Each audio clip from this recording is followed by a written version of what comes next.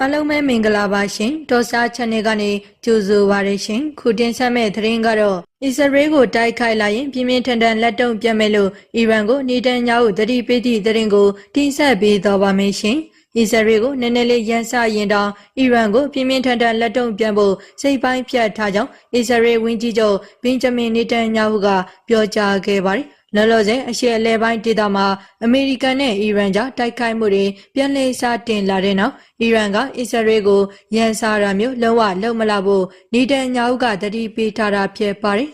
အီရန်အစိုးရခေါင်းဆောင်တွေကိုရည်ရွယ်ပြီးတတိပေးလို့ကြောင့်အီရန်ကသာအစ္စရေးကိုတိုက်ခိုက်ခဲ့မယ်ဆိုရင်အခြေအနေတွေငြိမ်ငြိမ်သက်သက်ဆက်ရှိနေမယ်လို့မမျှော်လင့်တင်ကြောင်းဇူလိုင်လ14ရက်နေ့ကဒီမိုနာမြို့မှာပြုလုပ်တဲ့သတင်းစာရှင်းလင်းပွဲမှာနေတန်ညာဟုကပြောကြားခဲ့ပါတယ်အစ္စရေးတောင်ပိုင်းမှာရှိတဲ့ဒီမိုနာမြို့မှာအစ္စရေးနျူကလ িয়ার သုတေသနစင်တာတစ်ခုတည်ရှိနေပြီးအစ္စရေးရဲ့နျူကလ িয়ার လက်နက်တွေထိန်းသိမ်းထားတဲ့နေရာအဖြစ်ကြည်ကြဲပြင်းပြယူဆခံထားရပါတယ်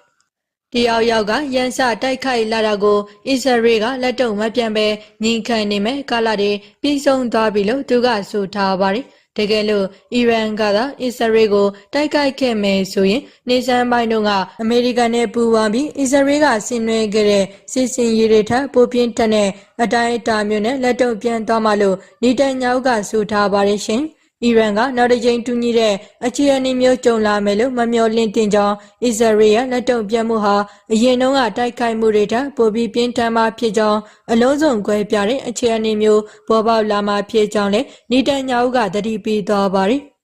တဖန်မှာတော့အစ္စရေးရဲ့မဟာမိတ်ဖြစ်တဲ့အမေရိကန်ဟာအီရန်နဲ့စီးရေးတင်းမာမှုတွေပြန်လည်မြင့်တက်လာပြီးဇူလိုင်လ14ရက်နေ့ညပိုင်းကအီရန်ပိုင်နက်ထဲမှာတုံညာဇက်တိုက်အဖြစ်တိုက်ခိုက်မှုတွေလှုပ်ဆောင်ခဲ့ပါတယ်။အမေရိကန်ဟာအီရန်ရဲ့တခုတည်းသောနျူကလ িয়ার စက်ရုံတည်ရှိရာဘူအာရှာမြို့ကိုပါပြစ်မှတ်ထားခဲ့ကြောင်းသိရှိရပါတယ်ရှင်။ဆက်လက်ပြီးဟောမှုရေးလက်ကြမှာအခွန်ကောက်မယ်ဆိုတဲ့ဇာတ်ကားကိုထရန့်ရုတ်သိမ်းသည့်သတင်းကိုတင်ဆက်ပေးသွားပါမယ်ရှင်။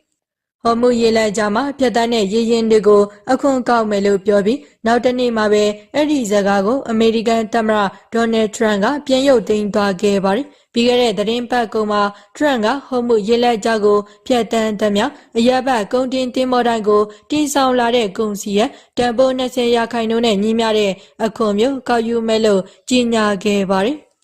အီရန်နဲ့စီးရေးအခြေအနေတွေတကြောပြန်တင်းမာလာချိန်မှာဟော်မှုရေးလက်ကြရဲ့အုတ်ထိန်သူအဖြစ်အမေရိကန်ကတာဝန်ယူမယ်လို့ပြောပြီးအခုလိုမျိုးအခွန်ကောက်မဲ့ကိစ္စကိုထရန့်ကလူမှုကွန်ရက်ပေါ်မှာရေးသားကြေညာခဲ့ပါတယ်အခုသတင်းပတ်စောပိုင်းမှာတော့အီရန်နိုင်ငံသားရေးဝန်ကြီးအဘတ်အာရန်ချီကဟော်မှုရဲ့အုတ်ထိန်သူလို့အမေရိကန်ကိုရည်ညွှန်းခဲ့တဲ့ထရန့်ရဲ့အတုံးအနှုံကိုလောင်ပြောင်ခဲ့ပါတယ်ပြီးတော့ဟော်မှုရေလက်ကြားဖြတ်တန်းခွင့်အတွက်အခွန်ကောက်တာဟာအီရန်ရဲ့တရားဝင်ရပိုင်ခွင့်သာဖြစ်တဲ့လို့လည်းအရက်ချီကဆိုထားပါတယ်ရှင်ဟော်မှုရေးလက်ကြောက်ကိုဘီကင်းကင်းဖြတ်တန်းဖို့အာမခံနိုင်တဲ့ဘယ်နိုင်ငံမဆိုအဲ့ဒီအတွက်အခွန်အခရရှိတဲ့ကြောင်းတကယ်တော့အီရန်ဟာဟော်မှုရဲ့အုတ်ထိန်သူအဖြစ်အမြဲတမ်းတည်ရှိခဲ့တယ်လို့အဲ့ဒီအတိုင်းထောက်ရဆက်လက်တည်တံ့မှာဖြစ်ကြောင်းဒါပေမဲ့20%ဆိုတာအတော်လေးအခွန်အခဈေးကြီးကြောင်းအီရန်ကတော့မြများတတပဲဖြတ်တန်းကအခွန်အခကောက်ယူမှာဖြစ်ကြောင်း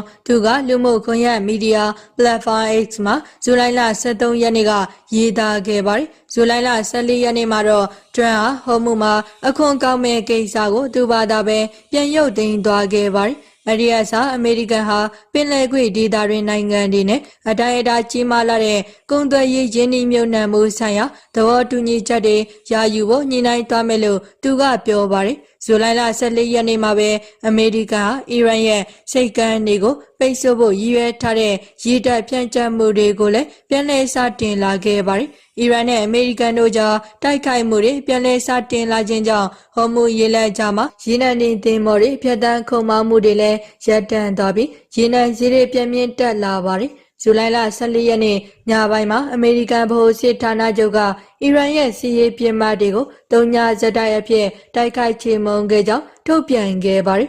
အီရန်ကလည်းဘာရိန်းနဲ့ဂျော်ဒန်မှာရှိနေတဲ့အမေရိကန်စစ်အခြေစိုက်စခန်းတွေကိုပြစ်မှတ်ထားလက်တုံ့ပြန်ခဲ့ကြောင်းကြေညာခဲ့ပါတယ်အစောပိုင်းမှာတော့အီရန်ဟာအာရပ်စော်ဘွားများပြည်ထောင်စု UAE နိုင်ငံရဲ့ရေနံတင်သင်္ဘော2စီးကိုတိုက်ခိုက်ခဲ့ကြောင်းသိရှိရပါတယ်ရှင်။ ဆက်လက်ပြီးအမေရိကန်ထက်တရုတ်ကိုလိုလာတဲ့နိုင်ငံတွေပိုများလာကြောင်းစစ်တမ်းဖော်ပြသည့်သတင်းကိုတင်ဆက်ပေးသွားပါမယ်ရှင်။အမေရိကန်နဲ့ရှင်ရင်တရုတ်နဲ့ဆက်ဆံရတာကိုကမ္ဘာနိုင်ငံအများအပြားကပုံမလိုလားနေတယ်လို့သိရပါတယ်။ကမ္ဘာကျော်စစ်တမ်းဌာနတစ်ခုဖြစ်တဲ့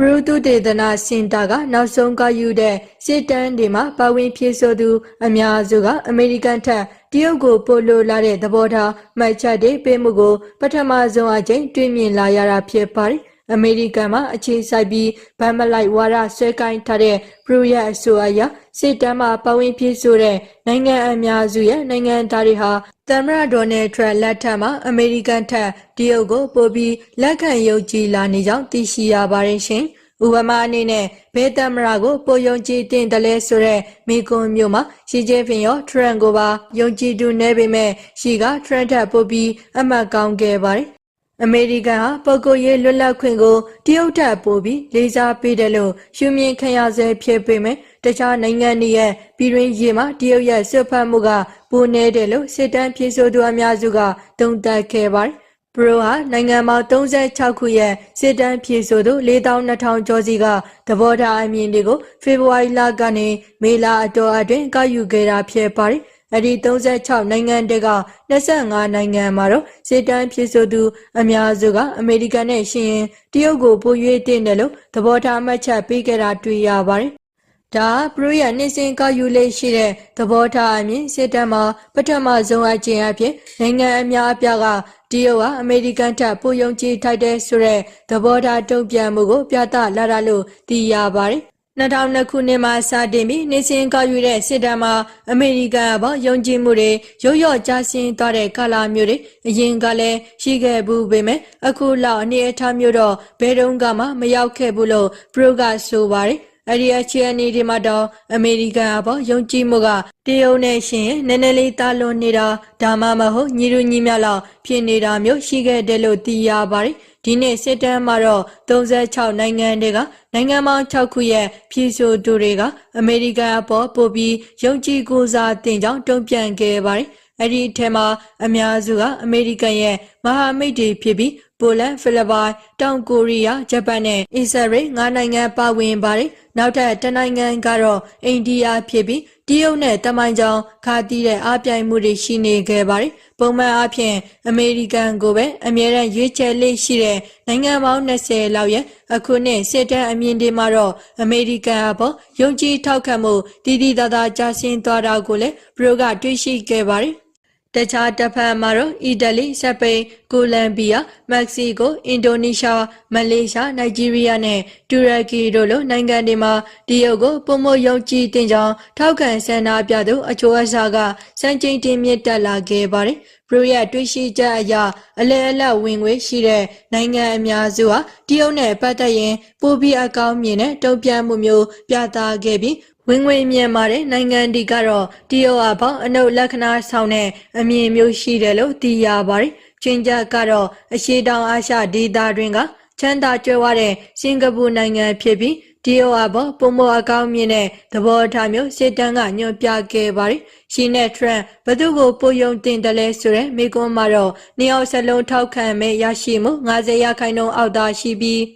ရှီကတော့ထရန့်ထက်ရလဒ်ပိုကောင်းခဲ့ပါတယ်။ပါကစ္စတန်ရဲ့စစ်တမ်းဖြည့်ဆို့သူတွေကရှီကို83%ထိအမြင့်ဆုံးအချို့အစားအဖြစ်ထောက်ခံခဲ့ပြီးဂျပန်မှာတော့သူကိုယုံကြည်သူ9%ပဲရှိပါတယ်။ထရန့်အတွက်ထောက်ခံနှုန်းအားအကောင်းဆုံးရခဲ့တဲ့နိုင်ငံကဖိလစ်ပိုင်ဖြစ်ပြီး68%ထိပိုင်ဆိုင်ခဲ့ပါတယ်။ဒါပေမဲ့ပါလက်စတိုင်းနေမြေဖြစ်တဲ့အနောက်ဘက်ကမ်းခြေဒေသနဲ့အရှေ့ဂျေရုဆလင်တို့မှာတော့သူကိုလိုလားတဲ့ဆန္ဒမဲက4%သာရှိခဲ့ကြောင်းသိရှိရပါတယ်ရှင်။အခုလိုစိတ်ဝင်စားဖွယ်ရာနိုင်ငံတကာသတင်းတွေနားဆင်ရဖို့အတွက်ကျမတို့ channel ကို like and share subscribe လုပ်ပေးကြပါအောင်ရှင်။အဆုံးထိနားဆင်ပေးတဲ့အတွက်ကျေးဇူးတင်ပါတယ်ရှင်။